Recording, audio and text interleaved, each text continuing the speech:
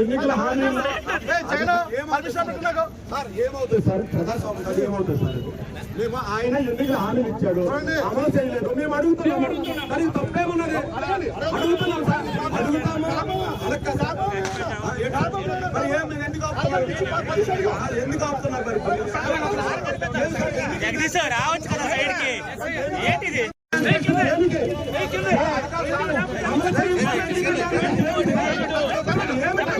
వెన్నుపోటు తీరుడు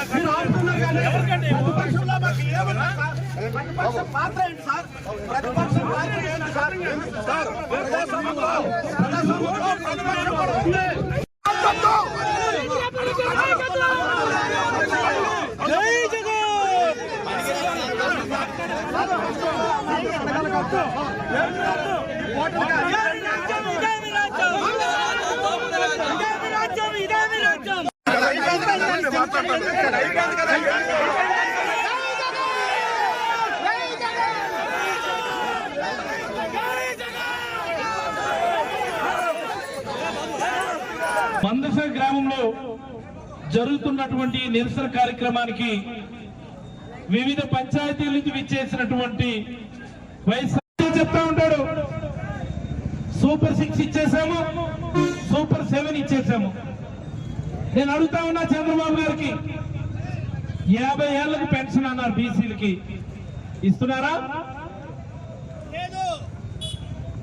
18 సంవత్సరాలు దాటితే 1500 రూపాయల చొప్పున ప్రతి మహిళకి ఇస్తానన్నారు. ఒక్కరంటే ఒక్కరికి ఇస్తున్నారా? నేను అడుగుతా ఉన్నాను. నేను ఇస్తున్నారా? ఇస్తున్నారా? ఇంటింటికి వెళ్ళి చెప్పారు, నీకు 1500, నీకు 1500, నీకు 1500 అని. ఎక్కడా అని అడుగుతా ఉన్నాం. ఈరోజు 2 ఏళ్లు పూర్తవుతున్న సందర్భంగా ఇసుక దోపిడీ, అక్రమంగా మట్టి దోపిడీ, అక్రమంగా గ్రామం దోపిడీ, ఇన్ని దోపిడీలు చేసి ఇప్పుడు బయటకు వచ్చి నీతి వాక్యాలు, వేమన పద్యాలు 3000 రూపాయలు పుడుతున్నారు. ఎవరికైనా సరే 1 రూపాయి నిరుద్యోగ ప్రతి ఈ రాష్ట్రంలో అందుతుందా అని నేను అడుగుతా ఉన్నా. ఈరోజు నేను అందుతుందా? లేదే. ఇటీవల కాలంలో చూస్తే ఆరోగ్యశ్రీని ఆపేశారు పూర్తిగా. ఆరోగ్యశ్రీ ఇంతకంటే దౌర్భాగ్యం ఉంటుందా అని నేను అడుగుతా ఉన్నాను. నేను జగన్మోహన్ రెడ్డి గారు సచివాలయ ఉద్యోగాలని చెప్పి ఒక్క నోటిఫికేషన్ లో సుమారుగా 1,30,000 ఉద్యోగాలు ఎలాంటి క్రిటిసిజం లేకుండా, ఎలాంటి తారతమ్యం లేకుండా, ఎలాంటి పక్షపాతం లేకుండా మెరిట్ ప్రకారం బ్రహ్మాండంగా ఫిల్ చేస్తే డిఎస్సి అని 16,000 ఉద్యోగాలు పెట్టి ఉద్యోగాలు అమ్ముకున్నటువంటి నీచ చరిత్ర చంద్రబాబు గారు అని చెప్పి సందర్భంగా మీకు అందరికీ మనవి చేస్తాం. కేంద్ర ప్రభుత్వంతో సంబంధం లేకుండా ఇస్తానన్నారు. ఇస్తున్నారా? నేను అడుగుతా ఉన్నా. ఈరోజు ఇస్తున్నారా? లేదే. ఒక ఫీజు రియంబర్స్మెంట్ ఆపేశారు. జగనన్న విద్యా దీవెన, జగనన్న వసతి దీవెన ఆపేశారు. అమ్మఒడి చదువుకునే ప్రతి పిల్లవాడికి ఇస్తానన్నారు. సుమారుగా 22 లక్షల మందికి అమ్మఒడి ఎక్కొట్టినటువంటి దౌర్భాగ్య చరిత్ర చంద్రబాబు గారు అని చెప్పి సందర్భంగా మీకు అందరికీ మనవి చేసుకుంటా ఉన్నాను. డిఎస్సి పేరు చెప్పి కలెక్షన్ అని చెప్పి సందర్భంగా మీకు అందరికీ మనవి చేయదలుచుకున్నాను. నేను కలెక్షన్ సెలక్షన్ కాదు. 15,000 16,000 ఉద్యోగాలు అన్బయాస్డ్ గా చేయలేనటువంటి దౌర్భాగ్యం, డబ్బులకి ఉద్యోగాలు అమ్ముకునేటటువంటి పరిస్థితి ఈ ప్రభుత్వం వచ్చింది. మరి అందుకనే ఈరోజు ప్రజలందరికీ కూడా చైతన్యం చేసే కార్యక్రమం కోసం ఈరోజు వైఎస్ఆర్ కాంగ్రెస్ పార్టీ ఆధ్వర్యంలో రోడ్డు మీదకి రావడం జరిగిందని మీకు అందరికీ మనం చేస్తా ఉన్నా నేను.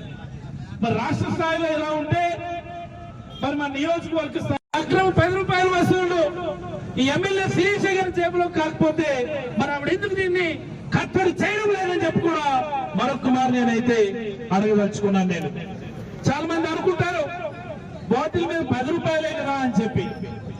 బాటిల్ మీద 10 రూపాయలే, కానీ బాటిల్ మీద 10 రూపాయలు లెక్కేసుకుంటేనే ఈ నియోజకవర్గంలో ఈ క్వార్టర్ బాటిల్ బీర్ బాటిల్స్ కలిపి ఒక్క రోజుకి సుమారుగా 3 లక్షల రూపాయలు అక్రమంగా వసూలవుతుంది. 3 నుంచి 3.5 లక్షలు ఒక రోజుకి 3.5 లక్షలు అంటే నెలకు సుమారుగా 90 లక్షల నుంచి ₹1 కోటి పైనే అక్రమంగా ఈ 10 రూపాయల రూపంలో వసూలు చేస్తా ఉన్నారు. అంటే ఒక నెలకు ₹1 కోటి అయితే ఒక సంవత్సరానికి 12 కోట్ల రూపాయలు, 5 ఏళ్లకి సుమారుగా 60 కోట్ల రూపాయలు పేద ప్రజల కష్టాన్ని, పేద ప్రజల చెమటని అక్రమంగా 10 రూపాయల రూపంలో వసూలు చేస్తున్నారని ఈ స్థానిక ఎమ్మెల్యే అని చెప్పి సందర్భంగా ఈ నియోజకవర్గ ప్రజలందరికీ నేను మనవి చేయదలుచుకున్నాను. నేను వీధికో బెల్ట్ షాపు, ఊరుకు 5 నుంచి 10 చొప్పున బెల్ట్ షాపులు తప్ప మరొకటి కాదు అని నీకైతే నేను తెలియజేయదలుచుకున్నాను. నేను కావలసినటువంటి రాయల్టీస్, సీనియరైజర్స్, ఫీజులు గవర్నమెంట్ కట్టి అనుమతులు తీసుకొని తమకు చేయాలని నేనైతే తెలియజేయదలుచుకున్నాను. నేను